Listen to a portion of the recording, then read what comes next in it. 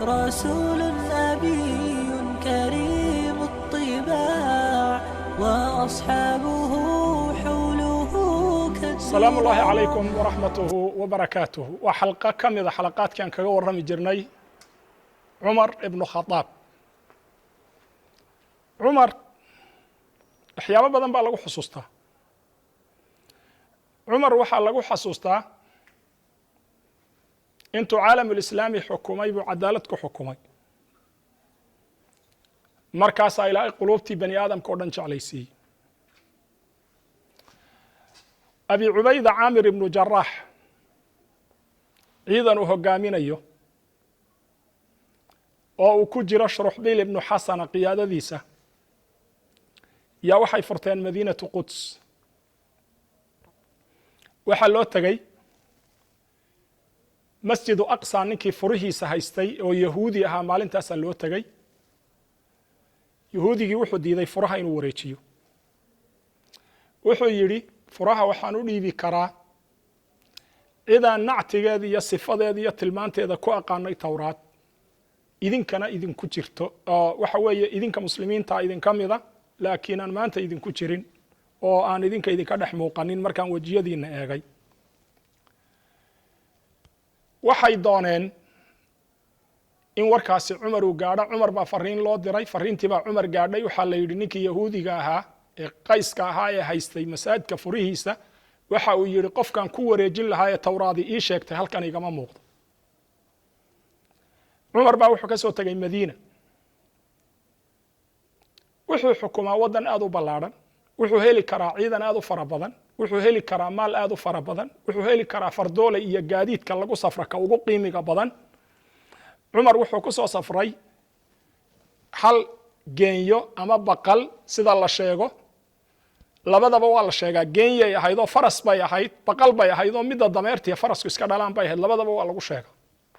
ahlu siyarku way ku sheegaan. Umar markuu gaadiidka ku soo safray waxa soo raacay hal nin oo dhalinyaro. cadaaladiisii lala yaabay waxay ahayd Umar markii magaaladii laga soo baxay buu wiilkii ku yiri waxaynu ku kaltamaynaa aniga iyo adigu geenyada.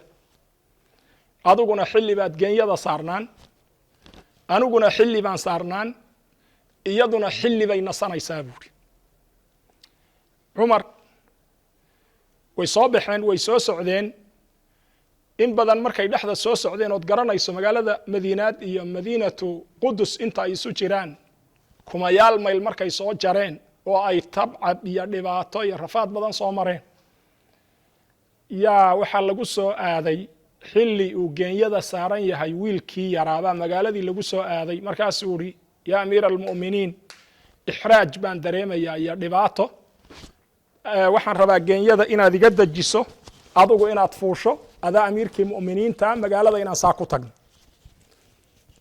wuxuu yiri rafiiq baa tahay fiican, haddaadan adiga ahaan lahayn oo inaan intaa soo wada soconin hadalkaaga waan kuu garaaci lahaa. sababtoo ah shay aan ilaahay wajigii u sameeyey aragtida aadamaha inaan u bedelay way adagta. baqasha ama geenyada saarnow buu ku yiri. geenyadii isagoo saaran baa magaaladii la soo galay. wiilkii baa saaran, Umarna gar ku haya. Umar magaaladii markuu soo galay Qudus ninkii markuu soo eegay wuxuu ku arkay qamiiskiisu wuxuu ka tolnaa 14 meelood. maalka uu haystayna Umar nin racaayagiisii kamida maalan Cabdiraxmaan ibn Auf wuxuu maalintu sakaraadayay furay gabadh la yiraahdo Tamaadir oo xaasaskiisa kamida. xaasasku qabay mid kamid oo Tamaadir loo oran jiray buu yu dalaaqay Cabdiraxmaan ibn Auf. shacabka Umar buna kamid ahaa. markuu dalaaqay uu dhintay baa la yiri xaalatu sakaraad buu furayo gabadhu dhaxalkii bay leedahay. saxaabada qaarna waxay ku doodeen gabadhu dhaxalkii ma leh si aan ku tusiyo Umar inuu nin xoolo u baahan ahayn. baan qisada kuugu keenay Cabdiraxmaan ibn Auf. gabadhu waxa la yiri saxaabiga laguma tuhmi karo inuu isagoo sakaraada furay oo dhaxalka aad ka qadisid uu lahaa.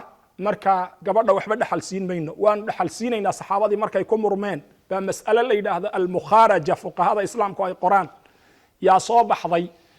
qoladii caruurtii uu dhalay iyo islaamihiisiba u yeedhay oo waxay yiraahdeen dhaxalkii aad qaadan lahayd nuski hal lagu siiyo. dacwada iyo saxaabada in la isku jabiyo oo laynoo doodo oo la yiraahdo saxaabigii dhintay baa khaldamay iyo wuu saxnaa aan iska dayno 4 meelood markii loo qaybiyey xoolihii cabdiraxmaan ibnu cawf uu lahaa tamaadir waxay dhaxashay juz ka mida meel 4 bay qaadatay 3 markii laga reebay bay meel qaadatay 84,000 oo diinaar oo dahab ay dhaxashay 20 kasta oo 84,000 ee diinaar ee dahabka ku jiraay wuxuu maanta ku sarrifmi karaa 1,700 oo euro oo lacagta Yurubiyaanka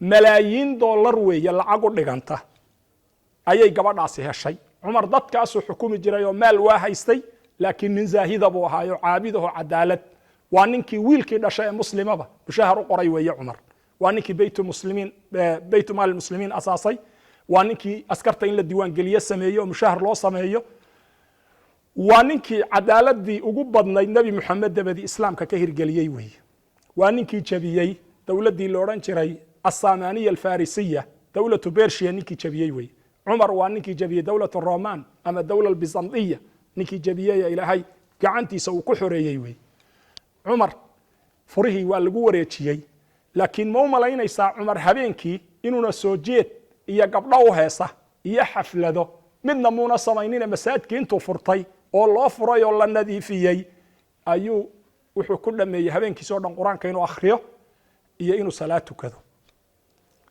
waa taqaanaa maanta madaxweyne markuu tago meel inuu salaad tukado iyo inuu hoteelka ka soo baxo xafalaadka iyo sawirada quruxda badan oo iska qaada wax ka badan aad laynooguma soo bandhigo laakiin cumar salaad iyo qur-aan iyo sujuud buu habeenkiisii ku dhammaystay wax dabaaldeg la yidhaahna ciidankiisii ma samayne ilaahay bay u shukri naqeen siirada la raba inaynu qaadanaana taa weeye mar kale waxaan ku gabagabaynaya addaalu cala alkhayri ka faacilihi waa qudwo kugu filan runtii inaad ku dayato oo aad mar walba ilaahay weynayso ilaahay baa ka weyn cid kastoo weyni isbida subxaanahu wa tacaala waana tarbiyadii laga qaatay saxaabada waa tarbiyatu aliimaan walikhlaas waltawxiid oo qofka muslimkii qalbiga inuu ku hayo loo baahan yahay waa qudwa saalixa oo inaynu ku dayanno la rabo waa salafuna saalix waa qof aan la iloobi karin cumar asalaamu calaykum waraxmat ullaahi wabarakaatu تنام المعالي على طرفه